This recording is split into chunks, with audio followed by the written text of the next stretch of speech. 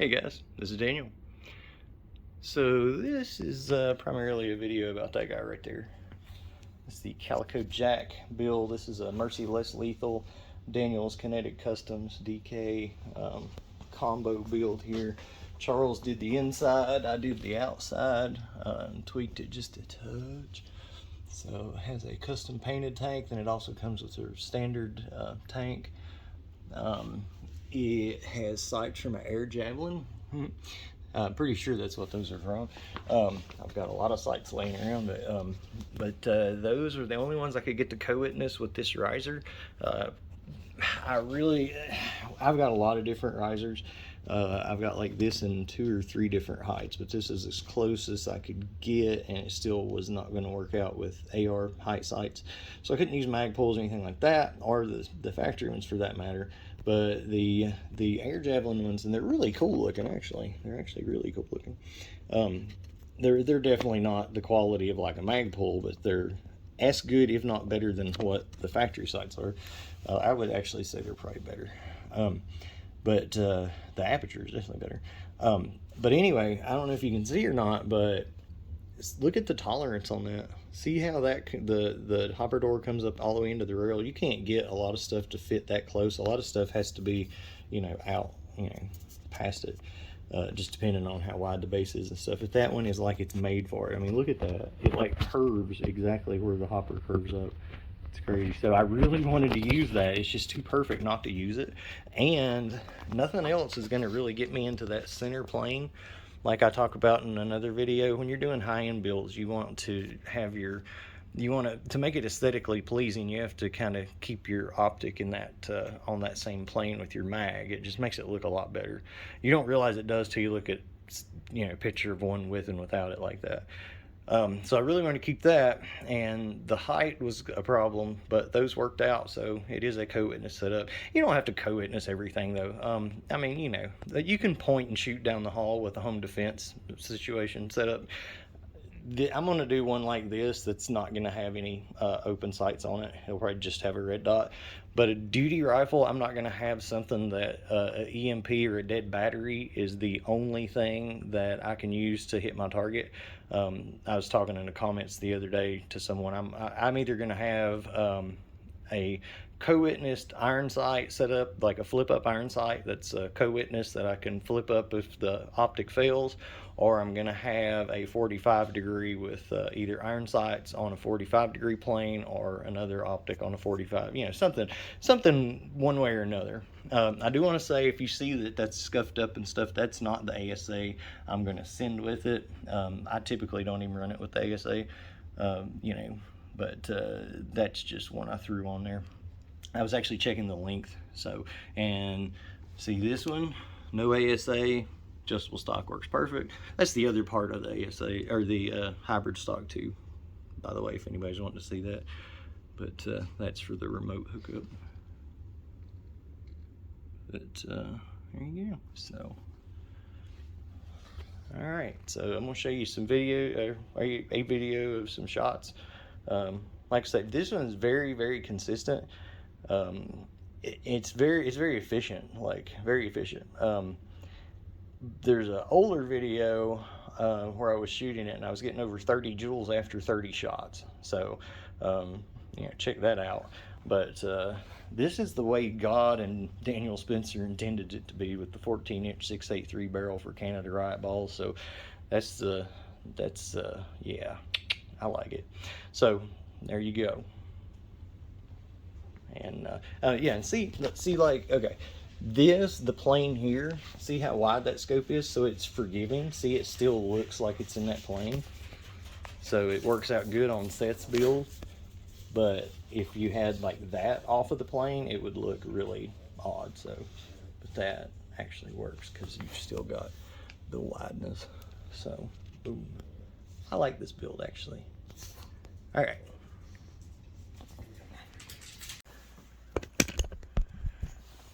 All right, so we are shooting 9.9 gram Canada Riot balls, 9.9 gram hybrid Canada Riot balls.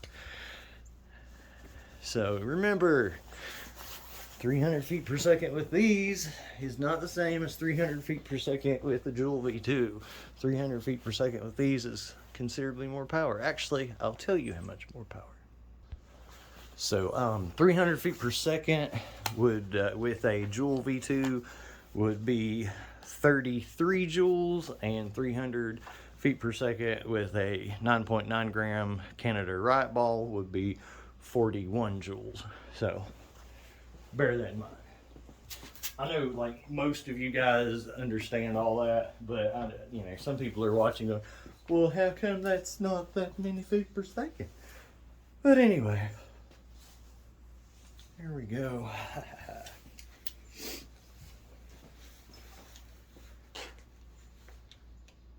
Let's see.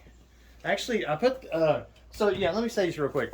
So any other videos I've not had the ASA on it, I don't really like the ASA on them, but there's the ASA. So with the I did go ahead and put the rest of the hybrid stock together and everything, which it works really great when you you know, when you're not using the ASA.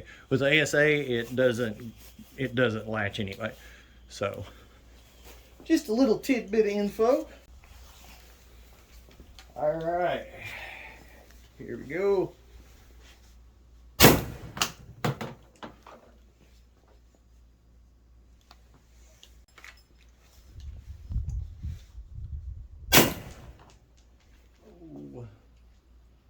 Trying to watch where that goes. Pretty consistent.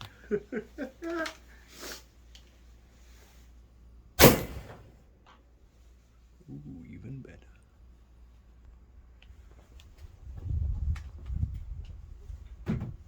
Let me get rid of that real quick. Well, actually, it's too cold to play around much.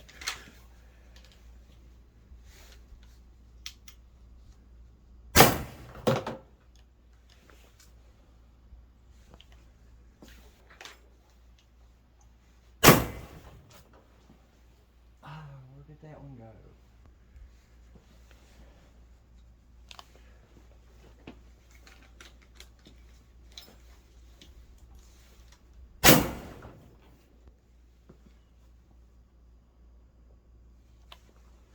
So I'm not going to try to go through like all the shots and stuff, because you'd either be very bored or I would be doing a lot of editing. I did a lot of warming up and everything, but I did like 20 more shots, and it was pretty much the same as what you see. Basically, if you average the shots that I just showed you on that run, it was like 50.1 or something.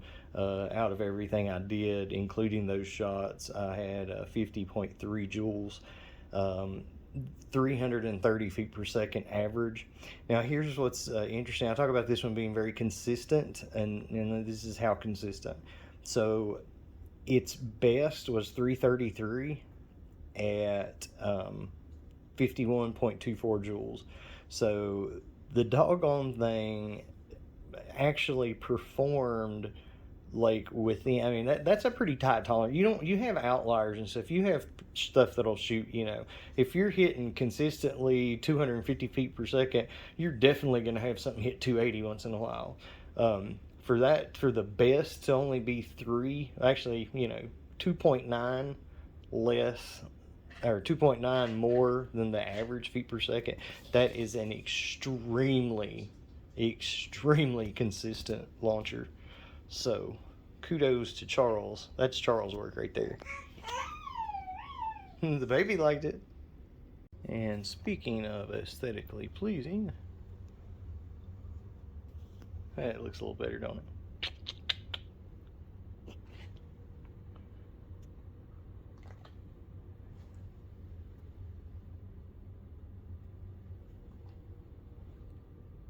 it? Such overkill.